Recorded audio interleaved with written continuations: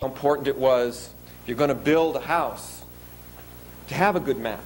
The map needed to represent things not only in the small details, but it needed to represent the whole picture. That you needed to be able to look at that house from the front and the top and the side and without the roof on it and see the schematics. That there was a whole lot of ways which to look at this particular thing in order to manifest it, to make it real. You couldn't just look at it from one point of view and have somebody build it. That reality was representing things from a lot of different perspectives.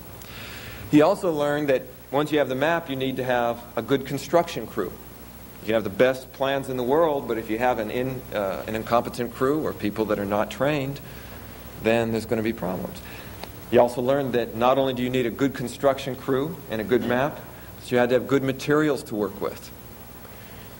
You could have a wonderful construction crew, people that were very capable. You could have a wonderful map, but if you use poor materials, that building would be weak, no matter how good the people were or the map was. And also, that the environment was important.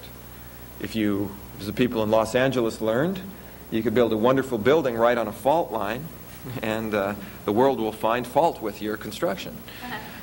And so he learned about all of these things, and he realized the relationships of how to put all of those things together to design. And all the different perspectives, the different issues, the different elements. And when it came at time at the end of that class for him to take his final, he was so excited. He built the biggest dream that he had, and he wanted to really show his thing of so much that he learned. Problem was, when he sat down, class started, it was time for him to do the test. He kind of looked at the paper, and all these ideas came rushing in, the different perspectives, the environment, the crew, the materials, all the different things. These little chunks came shooting out at the same time, and he basically went blank. The teacher came by, and having noticed this person staring blankly at his paper for 5 minutes, said, can I help you? The young fellow tried to explain, I have all these ideas running. I do know the material, it's so important to me, I want to be able to express myself. Well, the teacher just kind of looked at him for a moment and said, well, went over to his paper, picked up his pencil, and there was a square in the middle of his paper. He said, what about that? The fellow said, well, you can't have a square. First of all, the idea for the building I had wasn't square. It had a couple of wings, and this was rounded, and this needed this kind of thing. And of course, you know, if you look at it from this angle, and of course within a few moments, all of the information was beginning to pour out onto the paper. And I think that that's a very important principle to keep in mind for yourself. If you're going to work with beliefs, you're going to work with people. The goal is not to have all this information and try and manifest it. The goal is to have that all as a background, as a structure, and to take the simplest step possible at first. As Albert Einstein said, everything should be made as simple as possible, but not any simpler. And so you start with the most simplest possible maneuver, and people will let you know. If you have feedback, they'll let you know. It's one of the things you might want to use as you learn to apply these things. My goal here has not necessarily been able to give you a complete cognitive understanding of all the definitions of sleight of mouth. It's been to provide a structure by which you can build your own intuitions. And when you work, I recommend that you work intuitively. The structures are there to build intuitions, not to substitute for them. Second thing about beliefs. There's one of my favorite stories is about Albert Einstein, where somebody asked him, they said, well, Dr. Einstein, you know, you've probably one of the most bona fide geniuses of our century. Your span of thought has encompassed everything from the atom to the entire cosmos. You're a humanitarian, a scientist, a great thinker. What is the most important question do you think is facing humanity today? And Einstein kind of looked off up into space for a moment, and then he looked down at the ground in front of him. Big chunks, little chunks, what can I say? And he looked back at the reporter and said, I think the most important question facing humanity is the universe a friendly place? That belief is the most important one to start from. If we believe that the universe is an unfriendly place, then we're going to use our knowledge, we're going to use our map-making abilities, we're going to use our technology to create tools that destroy and wall out that unfriendliness. If you believe that the universe is just a chaos, that it's neither friendly nor unfriendly, then you're a victim to the toss of the dice. There's no meaning. I mean, you're just kind of getting by, and you have a random existence. It doesn't matter what you do, what your tools are. If, on the other hand, you believe that the universe is a friendly place, then what you're going to find is that you'll be using your maps, your technologies, your knowledge to create tools for understanding that universe, because it's through understanding it, understanding the structure, that you will have safety and power. So believing that it's friendly doesn't mean you're automatically safe. You do need power. You do need to protect yourself.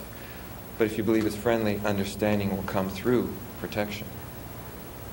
Protection will come through understanding, both. And I kind of, at the end of a program like this, I think it's sort of important. I have some of my own personal, kind of a personal thing that, and we talk about sleight of mouth and reality this and reality that. And I know in myself the idea of beliefs and the idea of having some of these levels to go to respond to is very important. Many of you know I work with beliefs in health. And a number of you know, either from seeing the tape or hearing me talk about it, that my mother had cancer, a recurrence of breast cancer about 5 years ago, and we had a very poor prognosis and all that, but was able to, basically, at this point today, she's in complete remission, and without the use of chemotherapy, drugs, or radiation, that kind of thing. And I think it was very powerful. It was sort of the start of what got me into thinking about beliefs, certainly in terms of beliefs in health, and some of the kind of things that we've explored here, those kinds of changes of perception. Another story that I haven't really told very much, but I think it's equally as important, is about my father. And we're kind of talking about parents. And about 2 years ago, my father suffered a major stroke. He'd been working on making a lot of changes in himself.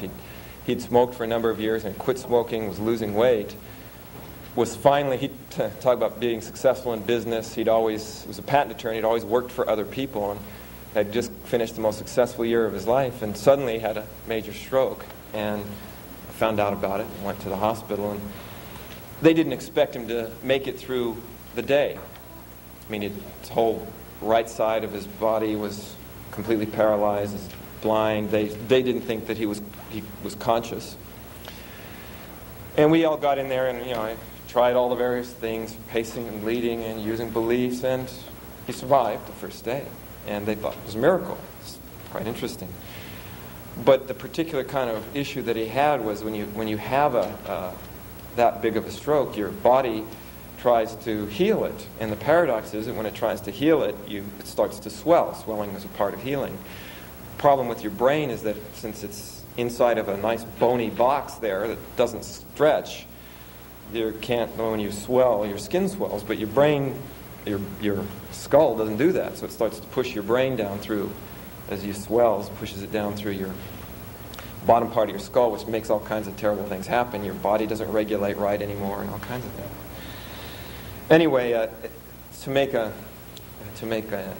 interesting but long story short, after 4 or 5 days of being up all night, trying everything I could think of, and working, there came a point where we wanted to be able to get some kind of a sign from my father that he was conscious, because they kept kind of saying, well, he's not paying any attention.